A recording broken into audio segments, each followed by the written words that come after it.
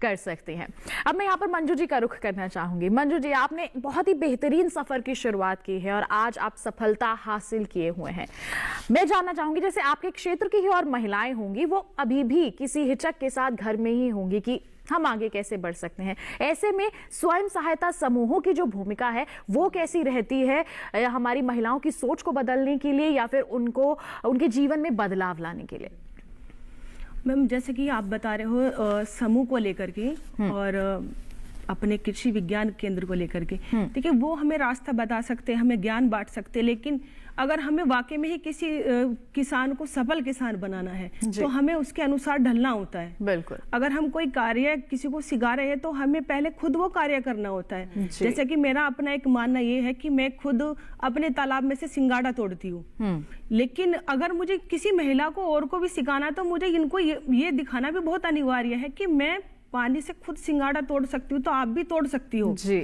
तो इसलिए महत्वपूर्ण सबसे ये बात है कि अगर हम सफल किसान हैं, इसमें कोई शक नहीं। अगर होते ना तो हम शायद यहाँ पे नहीं आते। सफल किसान है तभी तो आप लोगों ने बुलाया है। बिल्कुल। लेकिन हमारा उद्देश्य ये है कि हमें अपने जैसे सफल किसान खड़े करने हैं और उसके लिए जैसे कि अभी मुझे दिल्ली पूसा में 24 तारीख को राष्ट्रीय अवार्ड से सम्मानित किया गया एकीकृत खेती को लेकर के।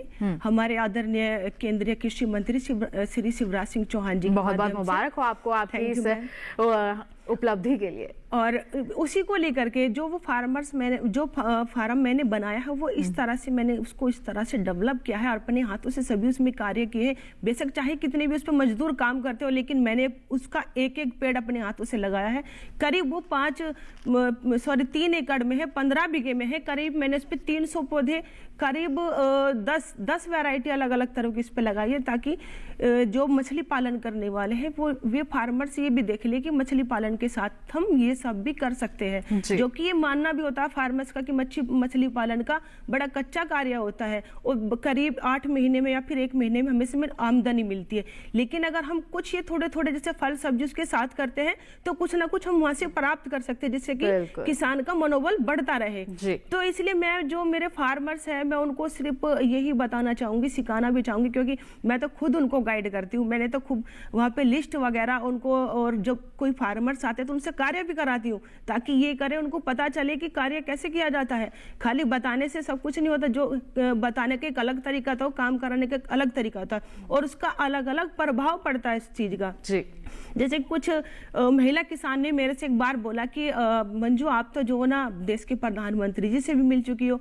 मैंने कहा अगर आप प्रकृति से अपने से जुड़ोगे, कृषि का कार्य आप करोगे तो शायद ये सौभाग्य आपको भी प्राप्त हो जाए जी।